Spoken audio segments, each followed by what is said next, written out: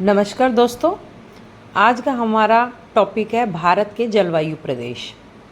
भारत एक विशाल देश है जिसके कारण यहाँ जलवायु विभिन्नताओं का पाया जाना स्वाभाविक सी बात है।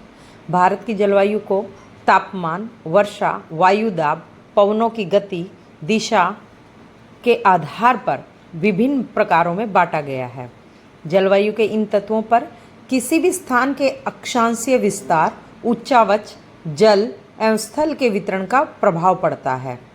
भारत की जलवायु पर अक्षांशीय विस्तार का प्रभाव अधिक देखने को मिलता है क्योंकि कर्क रेखा भारत को दो भागों में बांटती है। पहली दक्षिण भारत का उष्णकटिबंध, दूसरा उत्तरी शीतोष्ण कटिबंध। इसलिए भारत की जलवायु मौसम के अनुसार बदलती रहती है। भारत हिंद महासागर के उत्तरी किनारे पर स्थित है, जिससे हिंद महासागर से बहने वाली मानसूनी पवनों का प्रभाव अधिक पड़ता है। भारत जैसे विशाल देश में प्रादेशिक भिन्नताओं के कारण जलवायु की भिन्नता मिलना स्वाभाविक है।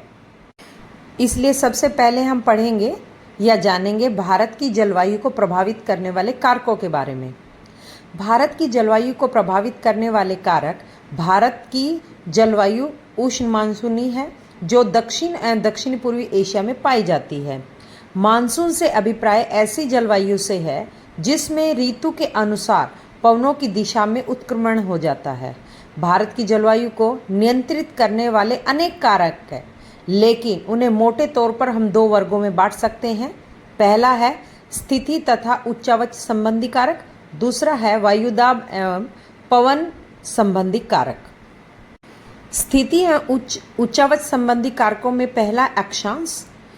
भारत की मुख्य भूमि का अक्षांशीय विस्तार 4 मिनट उत्तरी अक्षांश से 37 डिग्री 6 मिनट उत्तरी अक्षांश तक एवं देशांतरीय विस्तार 68 डिग्री 7 मिनट पूर्वी देशांतर से 97 डिग्री 25 मिनट पूर्वी देशांतर तक है। भारत में कर्क रेखा पूर्व से पश्चिम दिशा में देश के मध्य भाग से गुजरती है। इस प्रकार भारत का उत्तरी भाग शीतोष्ण कटिबंध में और दक्षिण भाग उष्ण कटिबंध में पड़ता है। उष्ण कटिबंध भूमध्य रेखा के अधिक निकट होने के कारण सारा साल ऊंचे तापमान और कम दैनिक और वार्षिक तापांतर का अनुभव करता है। कर्क रेखा से उत्तर स्थित भाग में भूमध्य रेखा से दूर होने के कारण उच्च दैनिक और वार्षिक तापांतर के कारण के साथ साथ विषम जलवायु भी पाई जाती है। दूसरा है ऊंचाई या हिमालय पर्वत। उत्तर में ऊंचा हिमालय अपने सभी विस्तारों के साथ एक प्रभावी जलवायु विभाजक की भूमिका निभाता है। यह ऊंची पर्वत श्रृंखला उपमहाद्वीप को उत्तरी पवनों से अभेद्य सुरक्षा प्रदान करती है। जमा देने वाली यह ठंडी पवन उत्तरी ध्रुव रेखा से निकट पैदा होती है और मध्य तथा पूर्वी एशिया में आर पार बहती है। इसी प्रकार हिमालय पर्वत मानसूनी पवनों को रोककर उपमहाद्वीप में वर्षा का कारण भी बनता है। तीसरा है जल और स्थल का वितरण। भारत के दक्षिण में 3 और हिंद महासागर व उत्तर की ओर ऊंची अविच्छिन्न पर्वत श्रेणी है। स्थल की अपेक्षा जल देर से गर्म होता है, देर से ठंडा होता है। जल और स्थल में इस विभेदी तापन के कारण भारत उपमहाद्वीप में विभिन्न ऋतु में विभिन्न वायुदाब प्रदेश विकसित हो जाते हैं। वायुदाब में भिन्नता मानसून पवनों के उत्क्रमण का कारण बनती है। आगे है समुद्र तट से दूरी। लंबी तटीय रेखा के कारण भारत के विस्तृत तटीय प्रदेशों में समकारी जलवायु पाई जाती है। भारत के अंदरूनी भाग समुद्र के समकारी प्रभाव से वंचित रह जाते हैं। ऐसे क्षेत्रों में विषम जलवायु पाई जाती है। समुद्र तल से ऊंचाई के साथ साथ तापमान घटता है। विरल वायु के कारण पर्वतीय प्रदेश मैदानों की तुलना में अधिक ठंडे हो जाते हैं। नेक्स्ट है उच्चावच। भारत का भौतिक स्वरूप अथवा उच्चावच तापमान, वायुदाब, पवनों की गति एवं दिशा तथा ढाल की मात्रा और वितरण को प्रभावित करता है। उदाहरण के लिए जैसे जून और जुलाई के बीच पश्चिमी घाट तथा असम के पवनाभिमुखी ढाल अधिक वर्षा प्राप्त करते हैं, जबकि इसी दौरान पश्चिमी घाट के साथ लगा हुआ दक्षिण पठार पवन विमुखी की स्थिति के कारण कम वर्षा प्राप्त करता है। अब जानेंगे दूसरे कारक यानी वायुदाब एवं पवन संबंधी कारक के बारे में।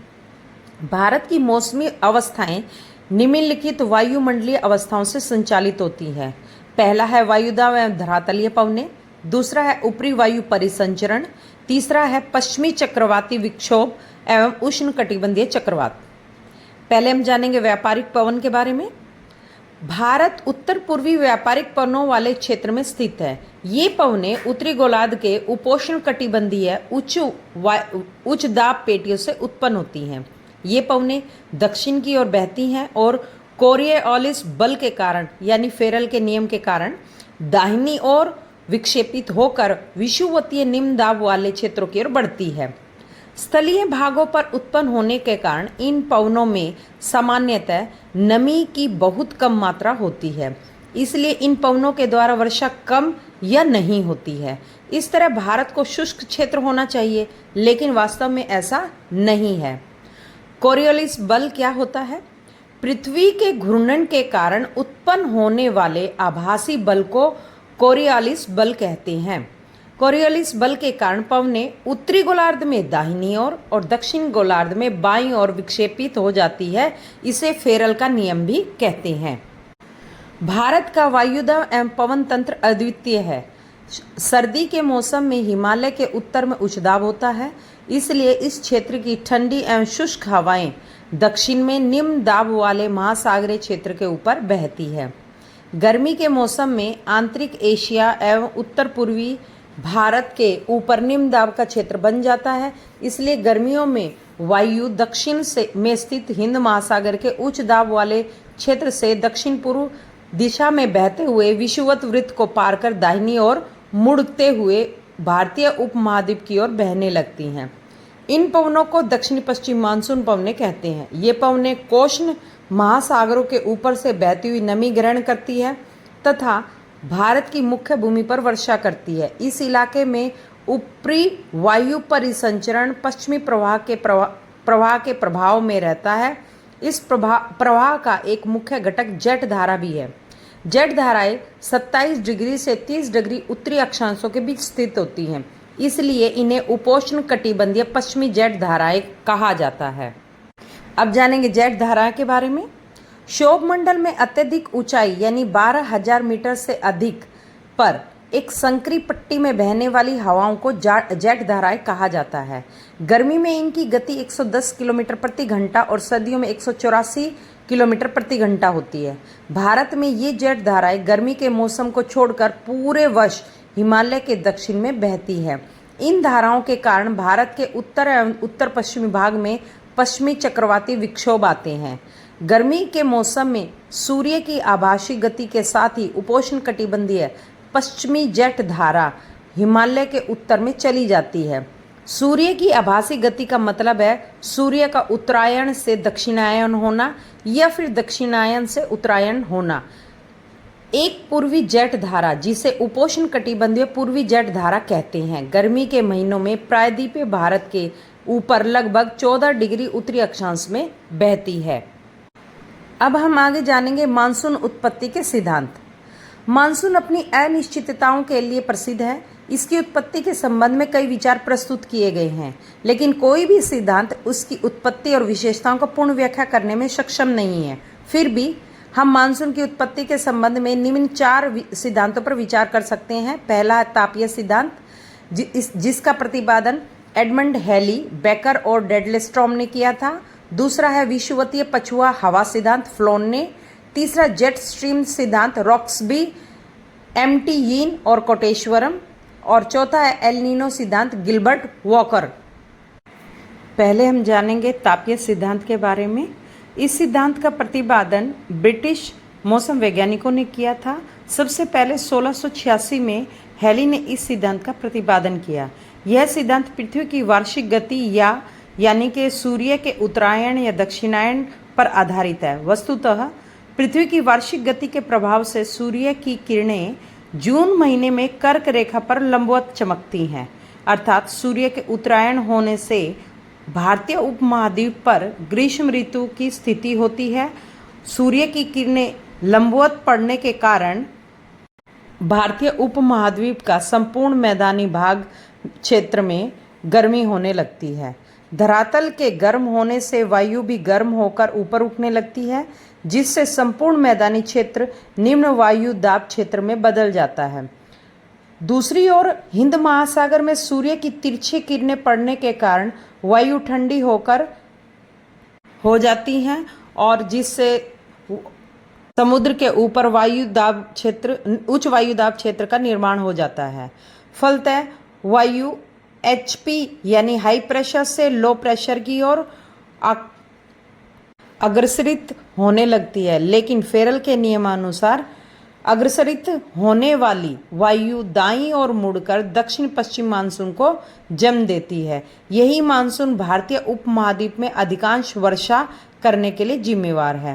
तापीय सिद्धांत को मौसम वैज्ञानिकों ने थोड़ा प्रमार्जित करते हुए प्रस्तुत किया है। जैसे सूर्य का उत्तरायण होने पर ही उत्तर भारत का मैदानी क्षेत्र लो प्रेशर एरिया में बदल जाता है, जिससे उत्तरी गोलार्ध की वाणिज्यिक यानी व्यापारिक पवनें विषुवत रेखा तक नहीं पहुंच पाती है, जिसके कारण भारतीय उपमहाद्वीप के सामने विषुवत रेखा पर अंत उष्ण अभिसरण यानी ITC का निर्माण नहीं कर पाती। लेकिन दक्षिण गोलार्ध में चलने वाली वाणिज्यिक हवा विषुवत रेखा तक पहुंचने की प्रवृत्ति रखती है। दक्षिणी गोलार्ध की वाणिज्यिक वायु को विषुवतीय क्षेत्र में जब कोई अवरोध नहीं मिलता तो उत्तरी गोलार्ध पर वे प्रविष्ट कर जाती हैं। पुनः इस हवा पर फेरल का नियम लागू होने लगता है, जिसके कारण यह दक्षिणी पश्चिमी से उत्तर पूर्व की ओर चलने लगती है। इसे दक्षिणी पश्चिम मानसून की संज्ञा दी जाती है। तापीय सिद्धांत के अनुसार दक्षिण पश्चिम मानसून की उत्पत्ति शीत ऋतु में स्थितियां अलग अलग होती हैं। जैसे सूर्य दक्षिणायन हो जाता है तो इसकी किरणें मकर रेखा पर लंबवत गिरने लगती है। भारतीय उपमहाद्वीप की तुलना में समुद्र गर्म होकर लो प्रेशर का निर्माण करती हैं, जबकि स्थल तिरछी किरणें प्राप्त करने के कारण हाई प्रेशर में बदल जाता है। फलतः वायु स्थल से समुद्र की ओर प्रवाहित होती हैं। इस पर फेरल के नियम के कारण ये उत्तर पूर्व से दक्षिण पश्चिम की ओर चलने लगती है। इसकी एक शाखा बंगाल की खाड़ी से जलवाष्प ग्रहण कर तमिलनाडु में वर्षा करती है। तापीय सिद्धांत के अनुसार उत्तर पूर्वी मानसून की उत्पत्ति, यह ध्यान देने योग्य बातें हैं कि तापीय सिद्धांत के अनुसार सूर्य के उत्तरायण होने से दक्षिण पश्चिम मानसून और दक्षिणायन होने से उत्तर पूर्वी मानसून की उत्पत्ति होती है। ग्रीष्म ऋतु में सूर्य के उत्तरायण से उत्तरी मैदान के भारत के मैदानी क्षेत्र लो प्रेशर एरिया में तथा हिंद महासागर में हाई प्रेशर का निर्माण होता है। इसके कारण वायु हाई प्रेशर से लो प्रेशर की ओर चलती है, जिससे दक्षिण पश्चिम मानसून की उत्पत्ति होती है। लेकिन जाड़े के दिनों में सूर्य के दक्षिणायन होने से भारतीय उपमहाद्वीप पर हाई प्रेशर और हिंद महासागर पर लो प्रेशर का निर्माण होता है। इसलिए वायु हाई प्रेशर से लो प्रेशर की ओर चलकर फेरल के नियम के अनुसार अनुसरण करते हुए उत्तर पूर्वी मानसून को जन्म देती है। अब हम जानेंगे विषुवतीय पछुआ हवा का सिद्धांत। इस सिद्धांत का प्रतिपादक फ्लोन महोदय है। इसके अनुसार दक्षिण पश्चिम मानसून मूलतः विषुवतीय पछुआ हवा का एक विकसित रूप है। उनके अनुसार विषुवतीय पछुआ हवा की उत्पत्ति ITCZ से जुड़ी हुई है। इस सिद्धांत के अनुसार सूर्य के उत्तरायण होते हुए ITCZ उत्तर की ओर खिसक जाती है, यहाँ तक कि ITCZ भारतीय उपमहाद्वीप के ऊपर से होकर गुजरती है। ऐसी स्थिति में भारतीय उपमहाद्वीप के सामने विषुवत रेखा पर ITCZ का निर्माण नहीं होता है, लेकिन अरब सागर और अफ्रीका महाद्वीप के ऊपर ITCZ का निर्माण होता है। इसमें दोनों गोलार्ध की मिलने वाली वाणिज्यिक हवा पृथ्वी के घूर्णन गति के प्रभाव में आकर पश्चिम से पूर्व की ओर चलने लगती है। इसे विषुवतीय पछुआ पवनें कहा जाता है। इसी हवा को भारतीय उपमहाद्वीप पर निर्मित निम्न वायुदाब क्षेत्र चुंबक की तरह अपनी ओर खींचने की प्रवृत्ति रखती हैं, जिससे दक्षिण पश्चिम मानसून की उत्पत्ति होती है। विषुवतीय पछुआ हवा का सिद्धांत एक प्रकार का तापीय सिद्धांत ही है, लेकिन कुछ मायनों में यह सिद्धांत अलग भी है। जैसे विषुवतीय पछुआ हवा का सिद्धांत के अनुसार भारतीय उपमहाद्वीप पर निम्न वायुदाब का निर्माण दो कारण से होता है। पहला है सूर्य का उत्तरायण होना और दूसरा है ITCZ का उत्तर की ओर खिसक जाना। इस सिद्धांत के अनुसार भारत में होने वाली अनावृष्टि और अतिवृष्टि की व्याख्या भी इसी के कारण होती है। जैसे अगर ITCZ का विस्तार उत्तर में शिवालिक पर्वत से होगा तब उत्तर भारत में तीव्र वर्षा होने के कारण बाढ़ की स्थिति उत्पन्न होती है। लेकिन ITCZ अगर पठारीय भारत तक ही सीमित रहता है तो उत्तर भारत में सूखे की स्थिति उत्पन्न होती है। यह सिद्धांत मानसून की अनिश्चितता के भी स्पष्ट करने का प्रयास करता है। जैसे इस सिद्धांत के अनुसार ज्यों ज्यों ITCZ उत्तर की ओर अग्रसित होता है त्यों तो मानसून का आगमन होता है। जब किसी के कारणवश ITCZ के खिसकाव में बाधा उत्पन्न होती है तब मानसून के आने में देरी होती है। अब हम जानेंगे जेट प्रवाह सिद्धांत के बारे में। इस सिद्धांत का प्रतिपादन येस्ट ने किया था। जेट स्ट्रीम ऊपरी वायुमंडल यानी कि 9 से 18 किलोमीटर के बीच की तीव्रगामी वायु हवा प्रवाह प्रणाली है। मध्य में इसकी गति अधिकतम 340 किलोमीटर प्रति घंटा होती है। ये हवाएं पृथ्वी के ऊपर एक आवरण का कार्य करती है जो निम्न वायुमंडल के मौसम को भी प्रभावित करती है। भारत में आने वाले दक्षिण पश्चिम मानसून का संबंध उष्ण पूर्वी जेट स्ट्रीम से है। यह 8 डिग्री उत्तर से 35 डिग्री उत्तर अक्षांश के मध्य में चलती है। उत्तर पूर्वी मानसून यानी कि शीतकालीन मानसून उपोष्ण पश्चिम पछुआ पड़ने जेट स्ट्रीम से है। यह 20 डिग्री से 35 डिग्री उत्तरी व दक्षिण दोनों अक्षांशों के बीच चलती है। पछुआ यानी उपोष्ण पश्चिमी जेट स्ट्रीम द्वारा उत्तर पूर्वी मानसून की उत्पत्ति। ITCZ की भूमिका। यह 2 व्यापारिक पवनों के मिलन के क्षेत्र में होता है। इस क्षेत्र में संवहन धारा का गठन होता है जो बादल के निर्माण में मदद होती है। ITCZ भारत के उत्तरी मैदानों में पहुंचते हैं तो पश्चिमी जेट स्ट्रीम जो उत्तर भारत के ऊपर होता है वो हिमालय के उत्तर में चला जाता है जिसके कारण मानसून की हवाएं हिमालय तक पहुंचती है। इसलिए ITCZ भारत से पश्चिमी जेट स्ट्रीम को हटाने का कारण बनता है जो उत्तरी मैदानी इलाकों में मानसून के आगमन का कारण बनता है। अब जानेंगे चौथे सिद्धांत एल नीनो सिद्धांत के बारे में। एल नीनो सिद्धांत की उत्पत्ति लगभग 3 से 8 वर्षों के अंतराल में पूर्वी प्रशांत महासागर के पेरू तट से होती है। एल नीनो की उत्पत्ति के समानांतर महासागरों तथा वायुमंडल की सामान्य दशाओं में एक विशिष्ट परिवर्तन होता है। पेरू के तट पर हम्बोल्ट की जलधारा यानी ठंडी जलधारा प्रभावित होती है जो दक्षिणी अमेरिका तट की से दूर उत्तर की ओर प्रभावित होती है। विषुवत रेखा के समीप यह जलधारा प्रशांत महासागर के आर पार पश्चिम की ओर मुड़ जाती है।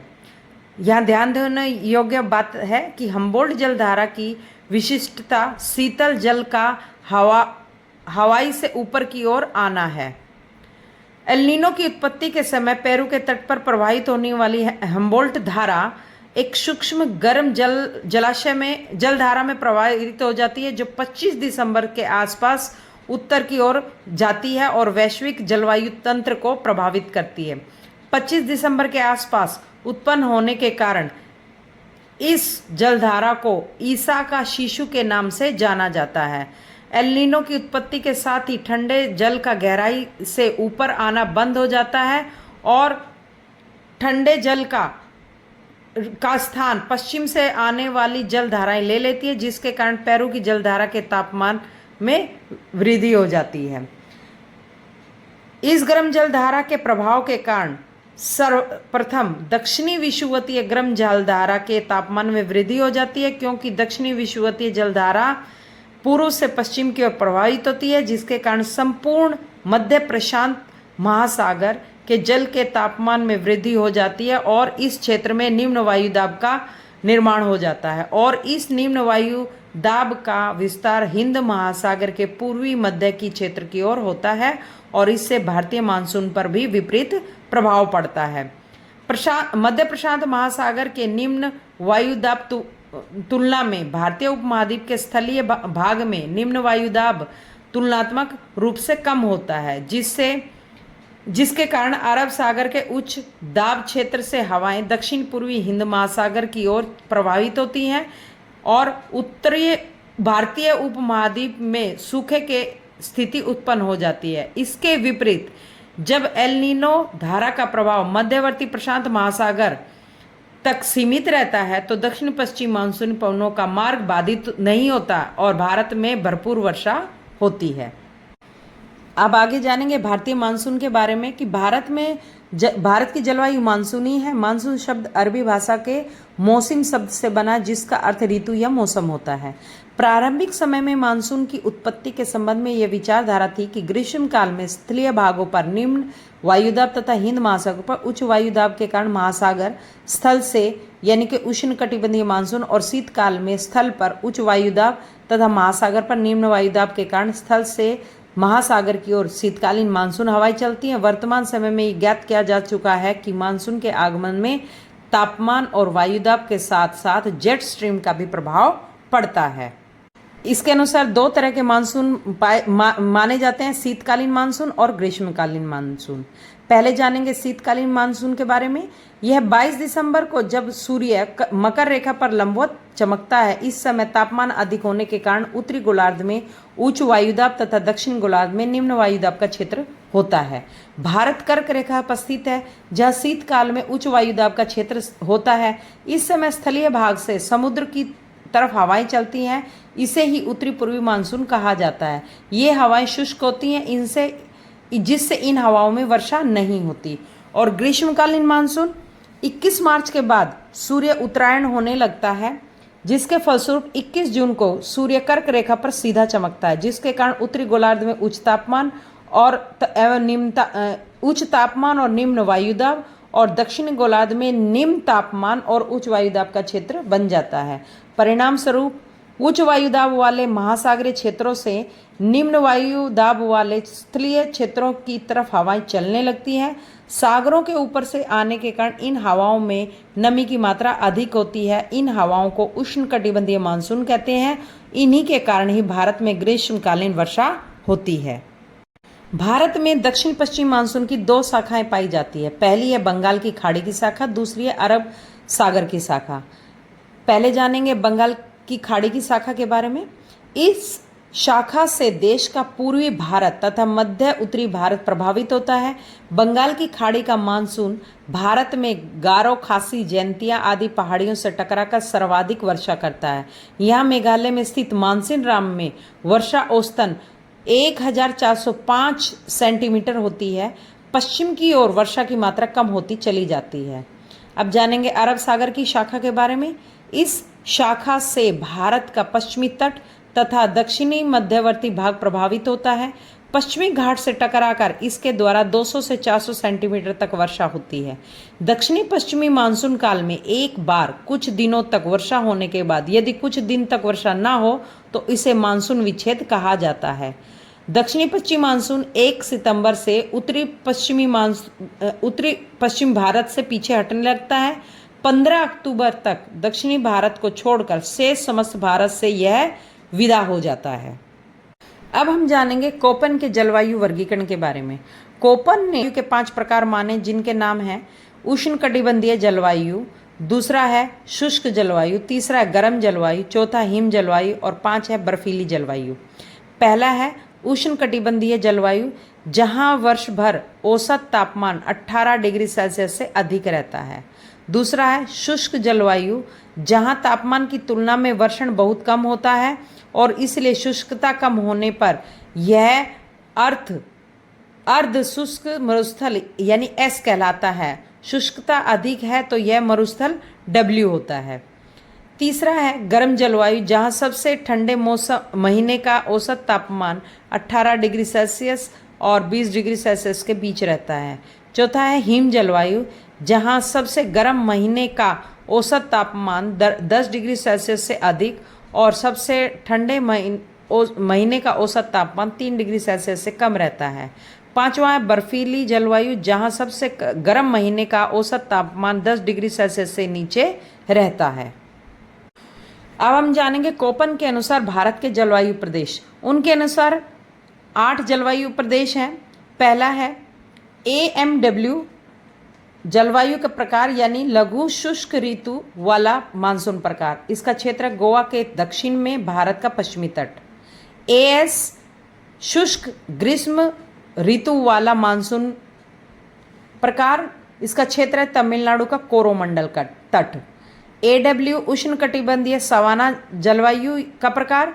कर्क वृत्त के दक्षिण में प्रायद्वीपीय पठार का अधिकांश भाग। BSHW अर्ध शुष्क स्टेपी जलवायु, उत्तरी पश्चिमी गुजरात, पश्चिमी राजस्थान और पंजाब के कुछ भाग।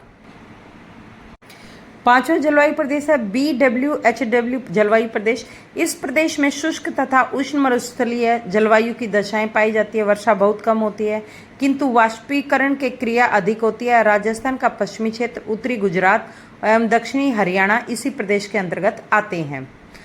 छठा है CWG जलवायु प्रदेश। इस प्रदेश में शीत ऋतु की मौसमी पवनों से प्राय वर्षा नहीं होती है।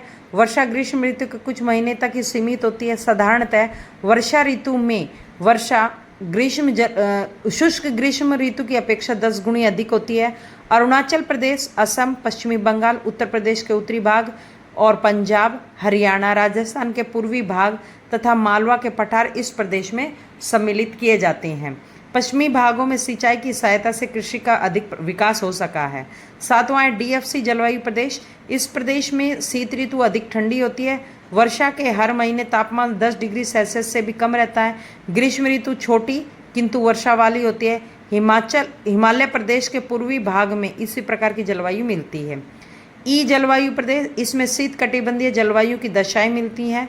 ग्रीष्म ऋतु का तापमान 10 डिग्री सेल्सियस से कम रहता है। संपूर्ण उत्तरी व पूर्वी पहाड़ी कश्मीर व लद्दाख इस प्रदेश में आते हैं। शीतकाल में यह प्रदेश हिमाच्छादित रहता है और हिमपात के रूप में वर्षा होती है।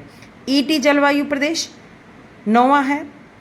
हिमालय प्रदेश के पश्चिमी और मध्यवर्ती भागों में अधिक ऊंचाई के कारण सदैव बर्फ जमी रहती है। तापमान 0 डिग्री सेल्सियस से नीचे होता है। वर्षा हिमपात के रूप में होती है। चलिए अब हम जानेंगे भारत की ऋतुओं के बारे में। मौसम शास्त्रियों द्वारा भारत की ऋतुओं को दक्षिणी पश्चिम मानसून, उत्तरी पूर्वी मानसून के आधार पर वर्गीकृत किया गया है। दक्षिण पश्चिम मानसून के कारण प्रायद्वीप के दक्षिण पूर्वी भाग को छोड़कर देश के अधिकांश भागों में वर्षा होती है। उत्तरी पूर्वी मानसून के कारण प्रायद्वीप के दक्षिण पूर्वी भाग में वर्षा होती है। इन दो ऋतुओं के बीच ग्रीष्म व शीत ऋतु होती है। ग्रीष्म ऋतु दक्षिण पश्चिम मानसून के आगमन से पहले की ऋतु है और शीत ऋतु उत्तरी पूर्वी मानसून के प्रारंभ होने की पहले की ऋतु है।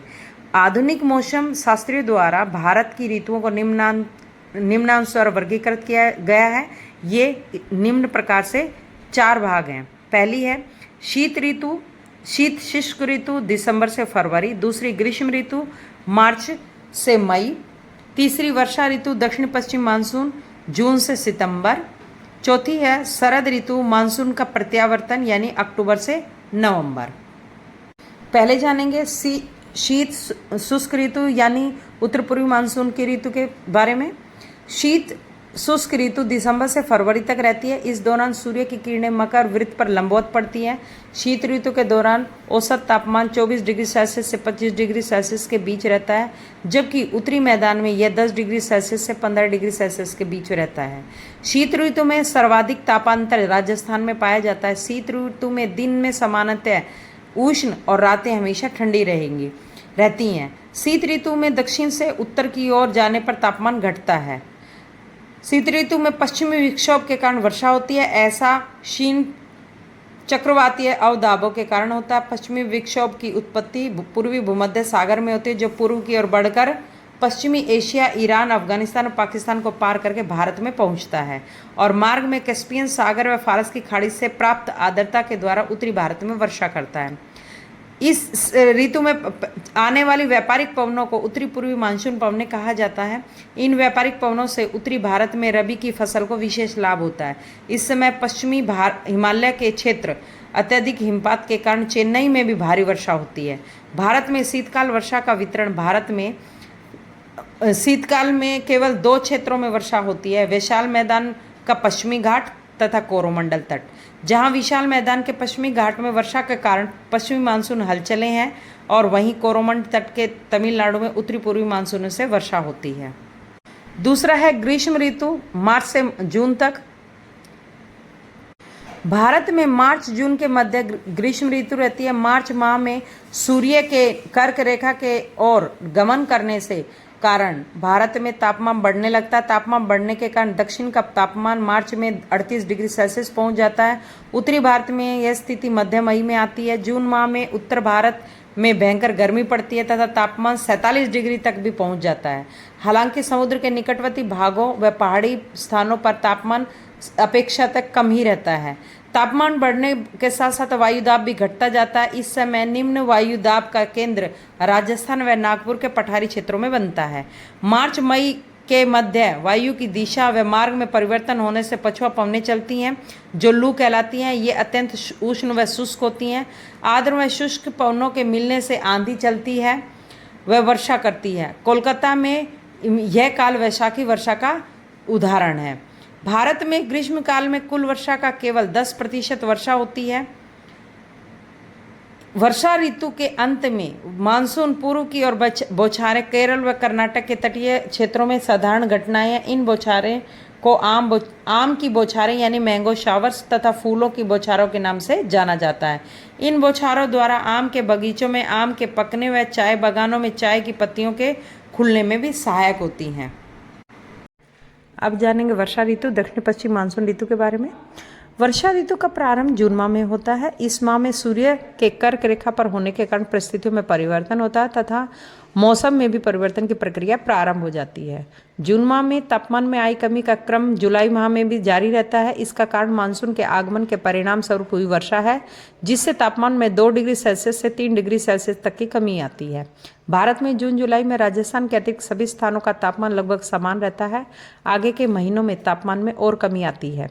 जून माह में सूर्य की किरणें कर्क रेखा पर सीधी पड़ रही होती है, जिसके कारण पश्चिमी मैदानी भागों में गर्म हवा ऊपर उठ जाती है और कम दबाव का क्षेत्र बन जाता है। कम दबाव का क्षेत्र इतना प्रबल होता है कि कम दबाव क्षेत्र को भरने के लिए दक्षिण गोलार्ध की व्यापारिक पवनें भूमध्य रेखा को पार करके इस ओर बढ़ती है।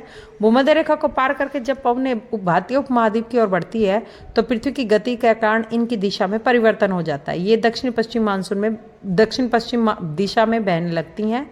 इसी कारण जून सितंबर के मध्य होने वाली वर्षा को दक्षिणी पश्चिम मानसून वर्षा कहा जाता है। व्यापारिक पवनों के विपरीत मानसूनी पवनें परिवर्तनशील रहती हैं। दक्षिणी गोलार्ध की व्यापारिक पवनों का उद्गम स्थल समुद्र में होता है। जब ये पवनें भारतीय उपमहाद्वीप में प्रवेश करती है तो अरब सागर व बंगाल की खाड़ी से नमी प्राप्त कर लेती है। मानसूनी पवनें भारतीय सागरों में मई माह के अंत में प्रवेश करती है। दक्षिण पश्चिम मानसून सर्वप्रथम साधारणतः 5 जून के आसपास केरल तट पर वर्षा करता है और महीने भर में संपूर्ण भारत में वर्षा होने लगती है।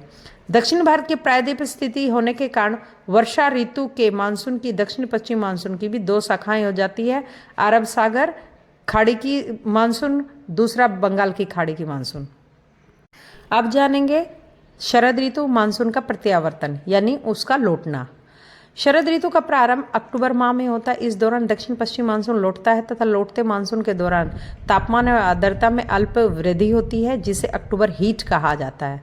वस्तुतः जब मानसून लौटता है तो पहले तापमान बढ़ता है, परंतु बाद में शीघ्र अतिशीघ्र तापमान में कमी आने लगती है तथा लगभग 3 महीने नवंबर, दिसंबर, जनवरी में तेज ठंड पड़ती है। तापमान में कमी का कारण यह कि इस अवधि में सूर्य की किरणें कर्क रेखा से भूमध्य रेखा की ओर गमन कर जाती है और सितंबर में सीधी भूमध्य रेखा पर पड़ती है। साथ ही उत्तर भारत के मैदानों में कम दबाव का क्षेत्र इतना प्रबल नहीं रहता कि वह मानसूनी पवनों को आकर्षित कर सके।